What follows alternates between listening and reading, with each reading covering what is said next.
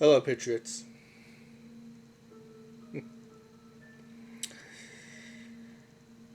One of my videos didn't even survive 24 hours.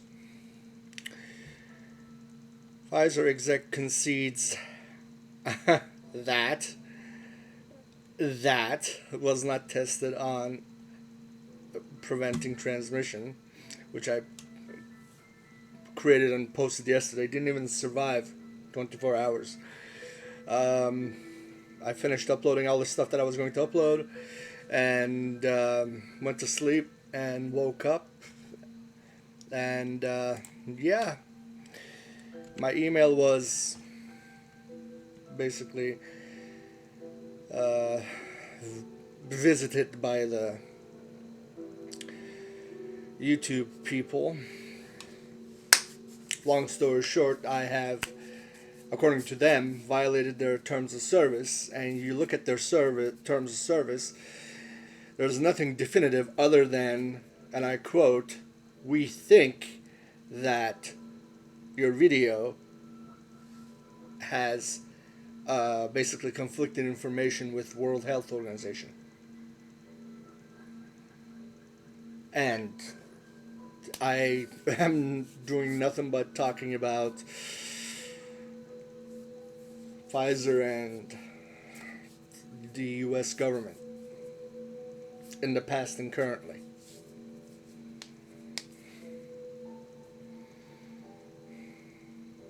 Funny that. I knew something was up because I have multiple channels. Usually, my videos get maybe 10 views. Um, that particular one blew up to like 220 and plus. Hasn't even been 24 hours. I'm like, something is up because there's no way I'm going viral. So, come to find out, there's that. I mean, I appealed it, stating that I didn't spin it, I didn't add to it, I didn't take from it. The video was stating what video's source, which was in the description, as it is always with all my videos, was stating. In other words, the video was echoing the source and nothing else. That was my appeal, which is, we'll see what happens, but yeah. I heard through the grapevine that Tim Pool posted a video something similar to that, but yeah, I haven't looked it up.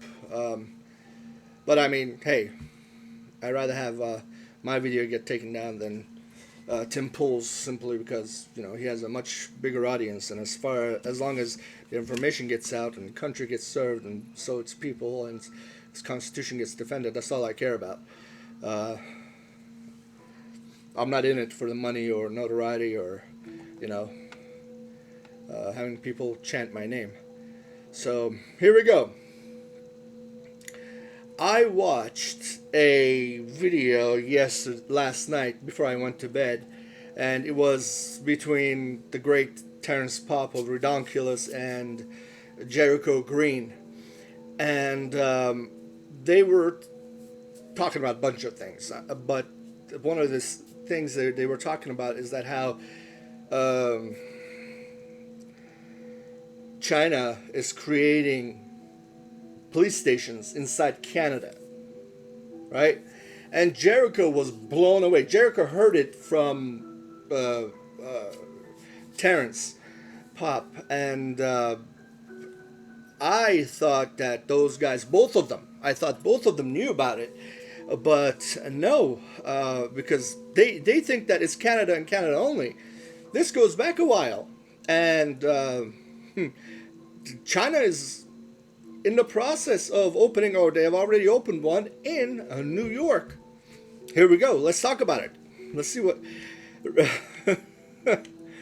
Right under our noses. GOP lawmakers question Blinken, Garland over CCP police station in New York. You read that correctly. Today is what? The 12th. for a couple more hours, and it's going to be 13th, obviously. This is dated October 11th. Well, it came out on October 9th, updated on October 11th, which was yesterday. So, GOP lawmakers question Blinken, Garland, over CCP police station in New York. A group of U.S. House Republicans on October 7th sent a letter questioning Attorney General Merrick Garland and Secretary of State Antony Blinken over the presence of Chinese police service station in New York City. We are writing to express our grave concern over reports of the law enforcement presence of the People's Republic of China in New York City. The 21 lawmakers wrote, referring to China's full name. The fact that this is not being talked about in every TV station, in every radio station, in every print media, in every source, alternative or mainstream in the land is embarrassing. It is absolutely embarrassing. Okay, let me say it again. China, the communist China, has opened a police station in New York City. Let me say it again for the people in the back. Chinese government has opened a police station in New York City.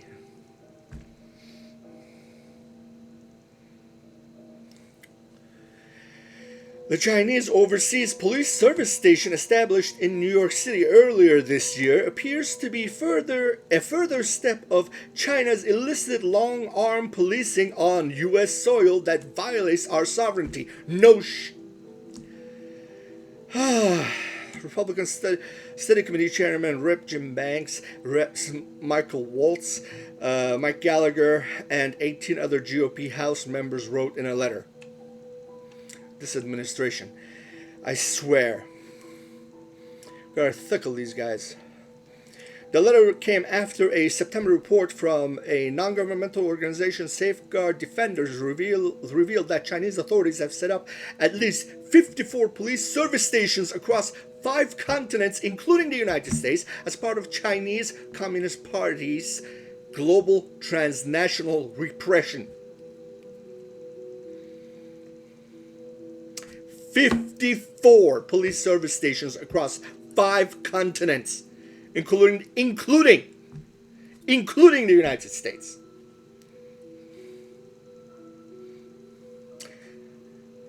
On top of this ridiculousness, you have to understand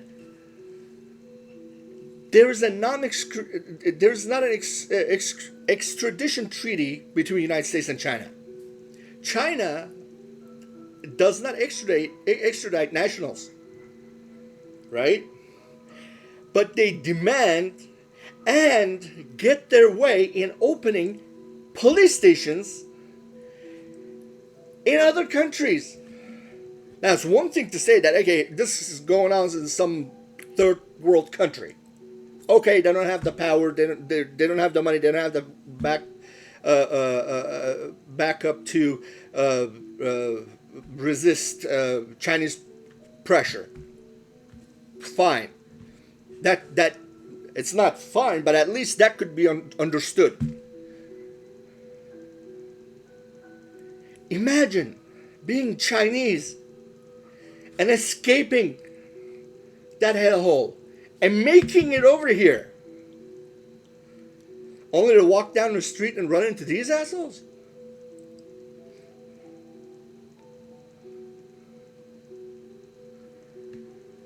Lord, deliver us.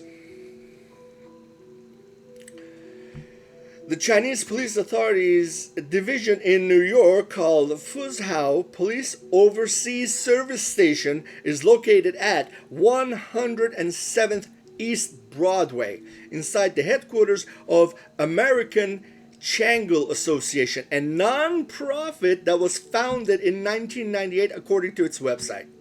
So they got a non-profit that's it's a non-profit, so they're not paying any taxes, and inside of that you have this overseas service station, and people are walking by it.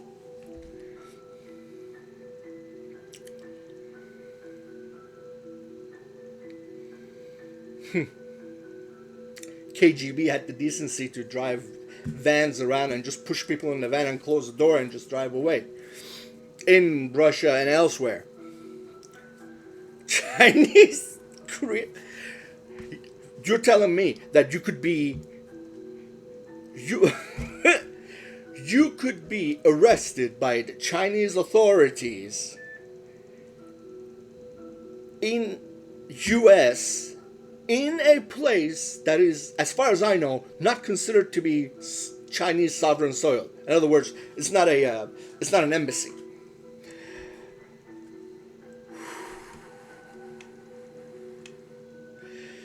Such Chinese hometown associations hosting the overseas police service stations are often linked to Chinese regime's United Front system. According to Safeguard Defenders, the network of thousands of overseas groups is loosely overseen by the United Front Work Department, a powerful party agency that works to advance regime's interests abroad, including by carrying out foreign influence operations, suppressing dissident movements, gathering intelligence, and facilitating the transfer of technology to China.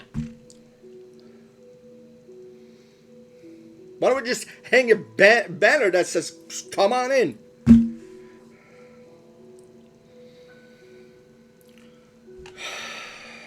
President Trump, where are you? The lawmakers noted that the Trump administration imposed visa restrictions on CCP officials in the UFWD in 2020. Then Secretary of State Mike Pompeo said those officials have engaged in malign activities to co-opt and coerce those who oppose Beijing's policies in December 2020. Can it get any more crystal clear, people? Here it is. I mean, here you got your Chinese takeaway. Here you got the Shanghai Association. And here you got Fairfield Marriott.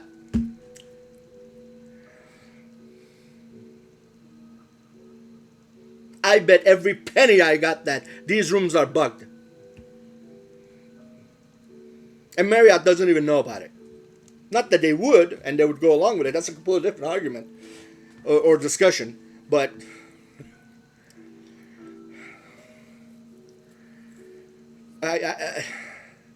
this can't be real. I mean, this,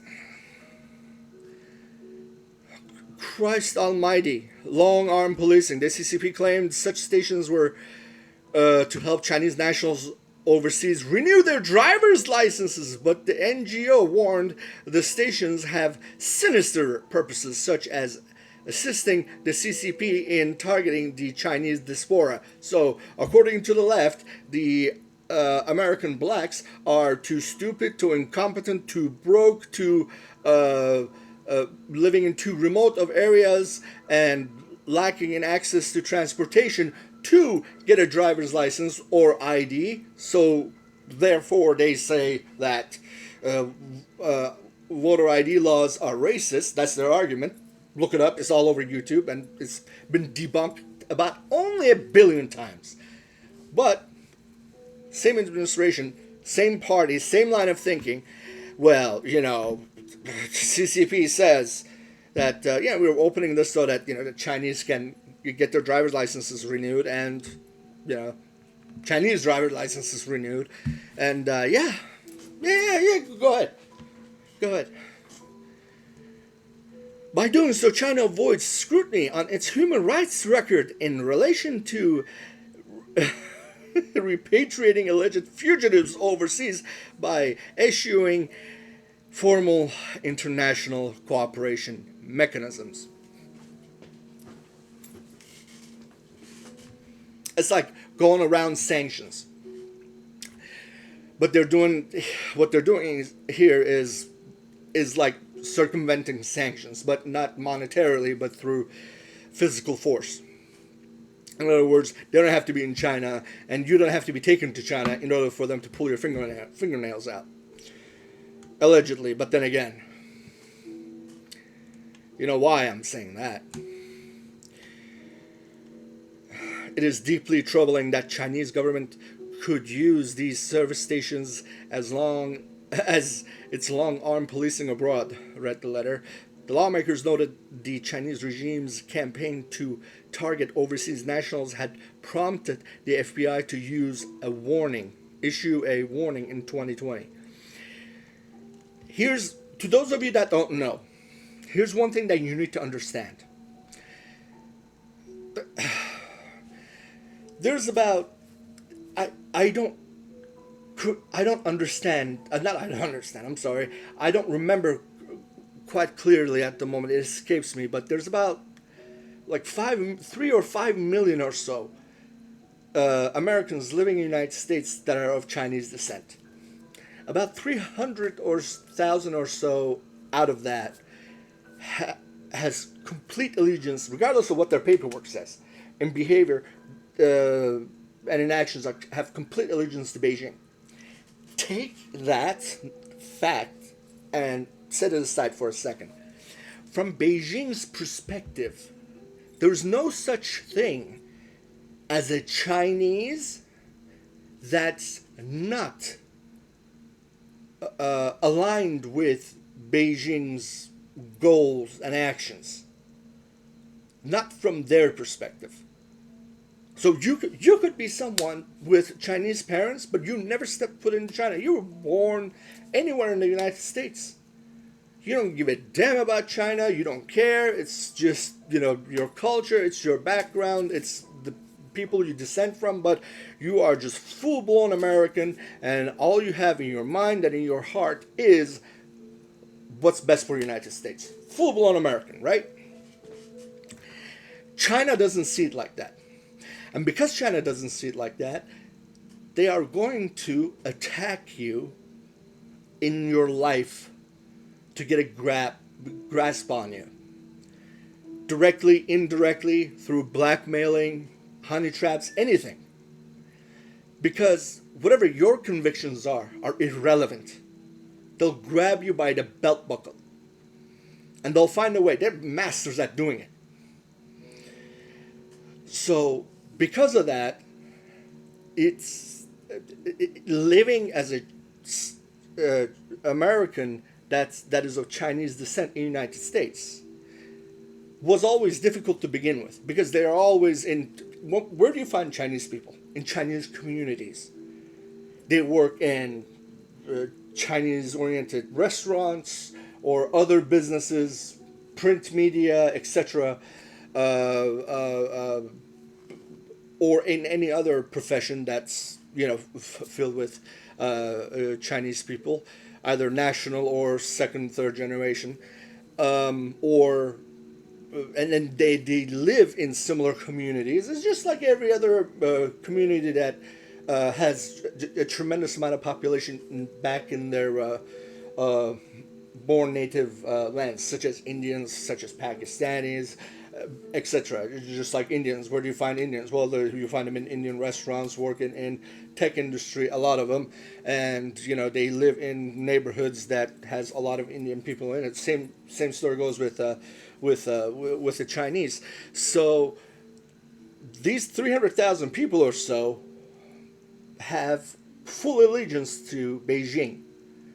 They could be peppered in this group of millions of people. And those are just people that have allegiance to China. The U.S. is just a means to an end to them. So they'll be willing to do whatever Beijing wants them to do. On top of that, now with the presence of these guys, these police stations,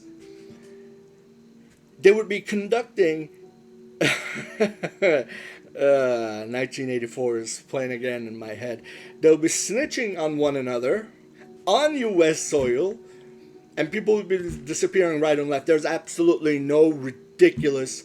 There's nothing ridiculous about imagining that. There's absolutely nothing ridiculous about reaching these conclusions at all. People would be disappearing like a fart in the wind. And especially, where do you have it? In New York City.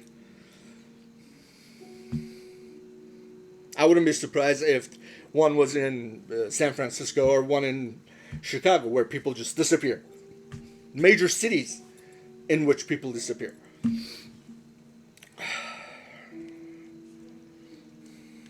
I mean, in July 2020, FBI Director Christopher Wray warned the CCP had targeted hundreds of Chinese nationals living in the United States to force them to return, which was part of CCP's global campaign known as Operation Fox Hunt. There it is in black and white. China describes Fox Hunt as some kind of international anti-corruption campaign. It is not. Instead, Fox Hunt is a sweeping bid by Xi to target Chinese nationals whom he sees as threats and who live outside China, across the world, Ray told the Hudson Institute in Washington at that time.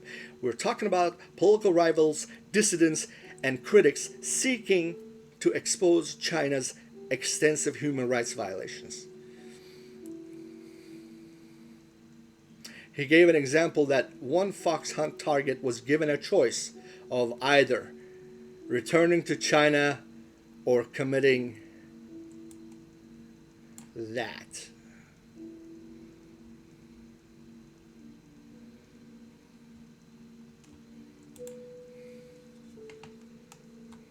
MSNBC,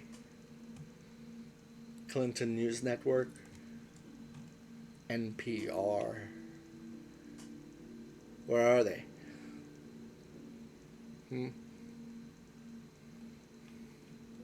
I haven't heard a peep. Correct me if I'm wrong in the comment section. Questions asked.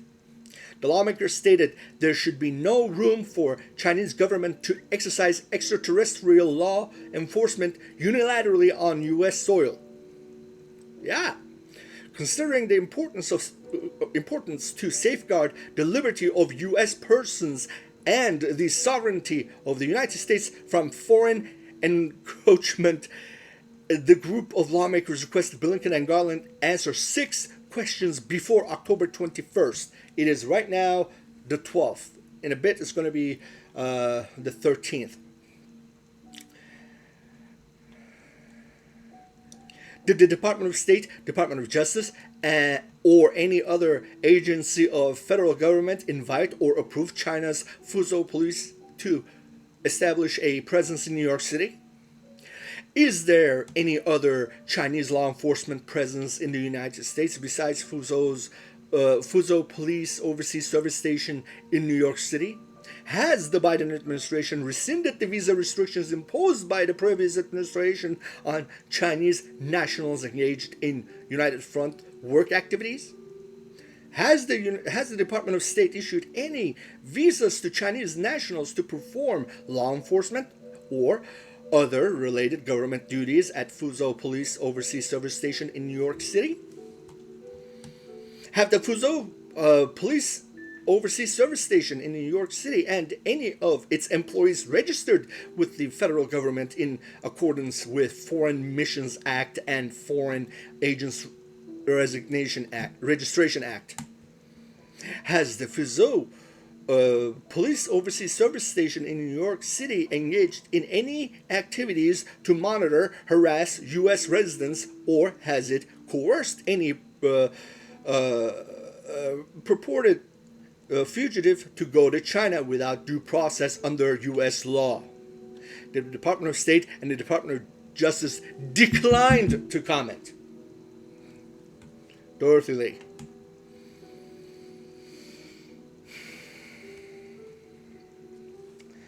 Just to put things in perspective, for those of you that don't know, Epoch Times is a news organization started by people that ran away from this regime. Epoch Times has a presence in China, and they've been attacked multiple times. Their stuff has been burned and vandalized and targeted along with its people many times.